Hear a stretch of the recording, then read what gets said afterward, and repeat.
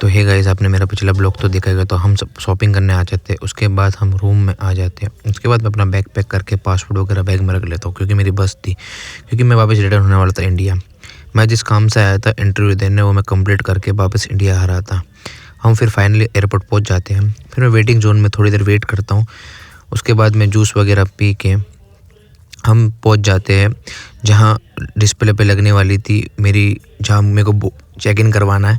मैं परेशान होने के बाद चेक इन की फाइनली स्क्रीन पे चेक इन का लग जाता है, हमको किस जोन में जाना है। फाइनली चेक इन करवा के इमिग्रेशन क्लियर करवा के मैं बोर्डिंग की तरफ निकल जाता हूँ। वहाँ पर वेट करने के बाद थोड़ी देर बाद हमारा जो प्लेन उड़ने वाला वो आ जाता है, और हम बोर्डिंग क्लियर करवा के अंदर प्लेन में जाते हैं। और हम अंदर प्लेन में जाके मुझे तो मेरी अच्छी सीट मिल गई थी, जो मैं चाह रहा था मुझे विंडो सीट मिले, तो मुझे विंडो सीट मिल गई थी।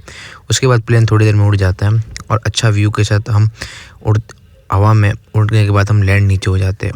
अब फिर हमें सेम प्रोसेस करना था, जैसे हमने वहाँ किया था सेम प्रोसेस करना था, क्योंकि हमारी कनेक्टिंग फ़्लाइट थी और कनेक्टिंग फ़्लाइट में सेम प्रोसेस होता है। उसके बाद हम वेटिंग जोन में बैठ के वापस बोर्डिंग करवाते हैं इंडिया में, और हम फाइनली बोर्डिंग करवाने के बाद हमारा प्लेन उड़ जाता है। उसके बाद हम प्लेन के अंदर आ जाते हैं। इस बार मुझे विंडो सीट नहीं मिली थी, क्योंकि प्लेन बहुत बड़ा था, तो हमें बीच की सीट मिली थी।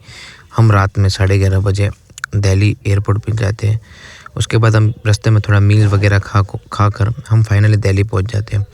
दिल्ली में मैं इमिग्रेशन क्लियर करवा कर बाहर आ जाता हूँ। उसके बाद मैं अपना बैग वगैरह लेके एयरपोर्ट से बाहर आ जाता हूँ। उसके बाद मैं हबड़ में जल्दी में फटाफट ट्रेन पकड़ के, क्योंकि लास्ट ट्रेन थी, पकड़ के मैं तो कैसे फाइनली मैं आपको उड़ा जाता हूँ। तो चैनल को लाइक करें, सब्सक्राइब करें। Bye guys.